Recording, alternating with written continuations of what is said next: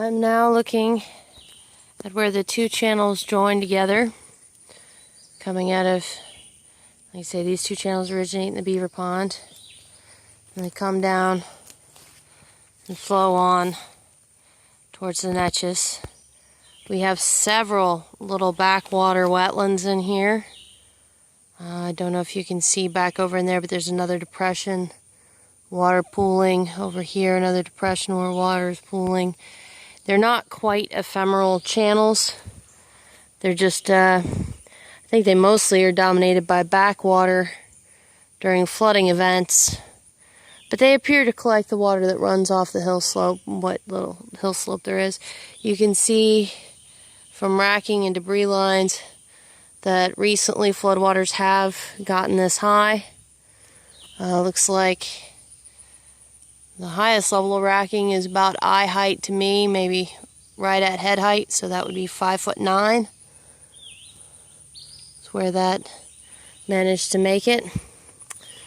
Looking downstream, well, that's where they come together, and then looking downstream, much less entrenched here than other places here at the confluence, but you can see it kind of sizes a little bit more, gets a little bit more dug down there.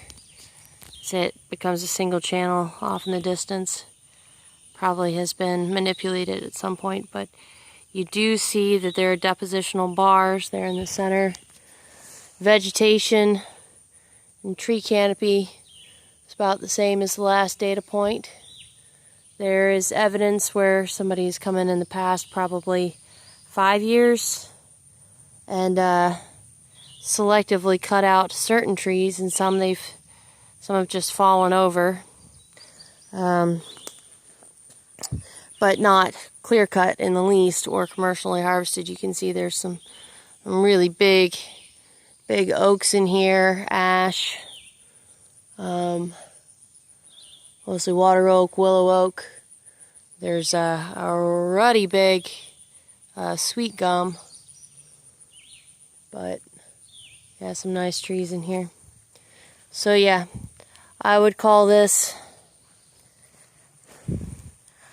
be tempted to call this a perennial channel just from the amount of flow that's coming out of the beaver pond, the amount of flow that's been able to be maintained through here, and just the volume of water after we've already pretty much fallen off the flood stage. I think that in drier times the channel would probably only be 5-6 feet wide, but I do think that it would be maintained. I don't think that it would dry out completely. Yet again, there's fish everywhere, catfish and some other larger fish that are predating upon the catfish fry, which you can see at the base of that fallen log. Okay.